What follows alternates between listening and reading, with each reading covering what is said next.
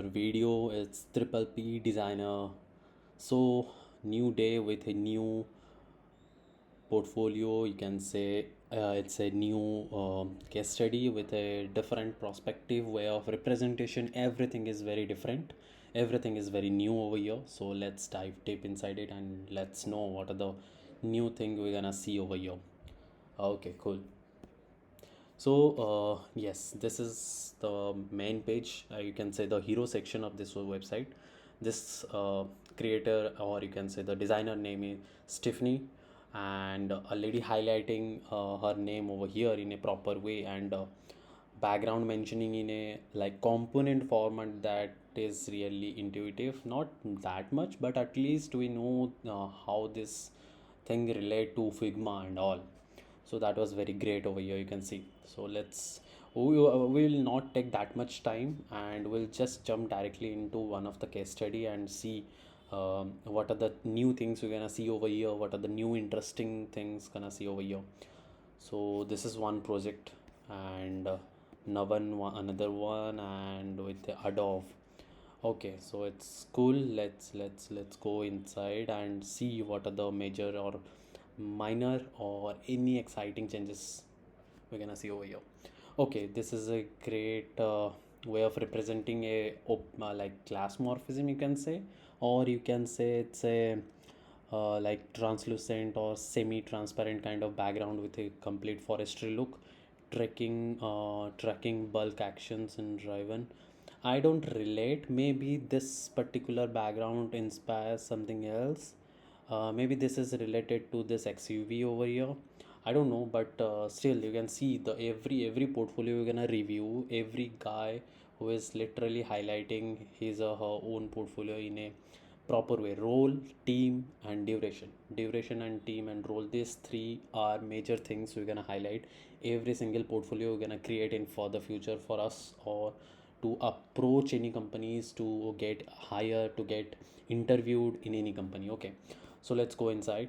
Okay, wow, you can see this particular area. This is the area which properly says what are the things we're gonna see in the further scroll, like problem, solution, which is very great. I already speaked in my previous video. Do watch my previous video, you're gonna see.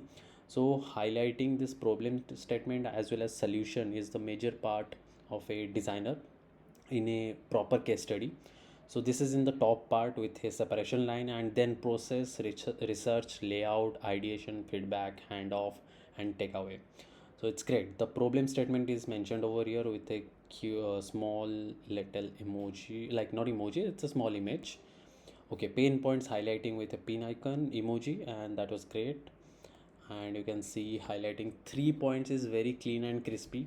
We're gonna not talk about this majorly, but at least you should highlight your pain points or problem statement in bullets. Don't ever try to write it down in a paragraph, because no one is interested to read entire paragraph for you.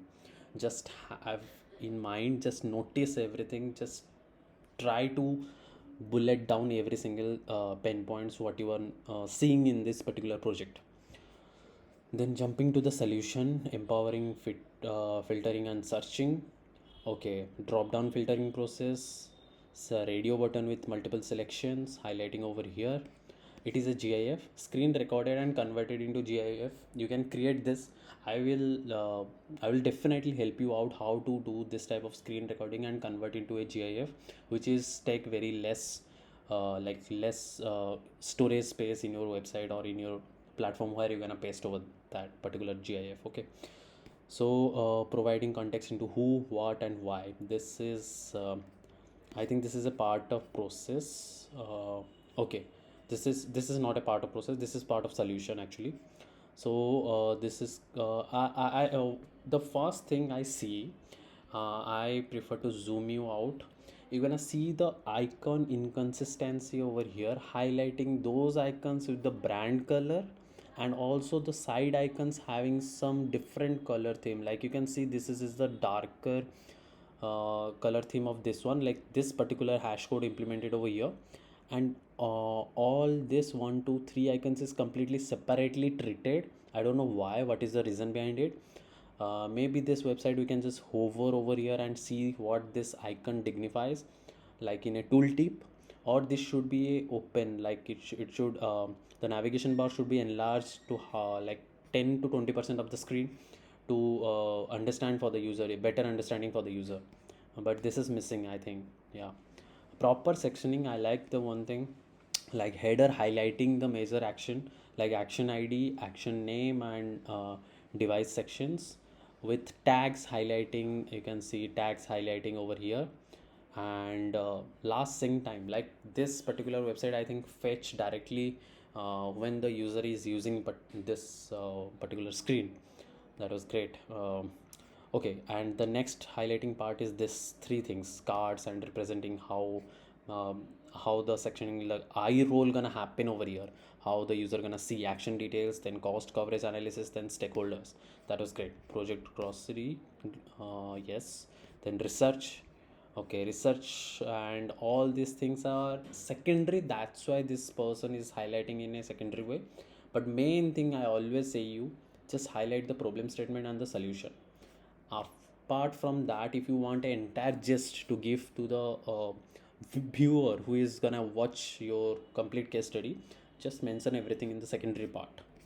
And okay, wow, this is one of the like flow with a lo-fi wireframe, and like ideation part, you can say splitting bulk action dashboard into two tabs: details and programs. Okay, nice. Ideation, creating a readable dashboard.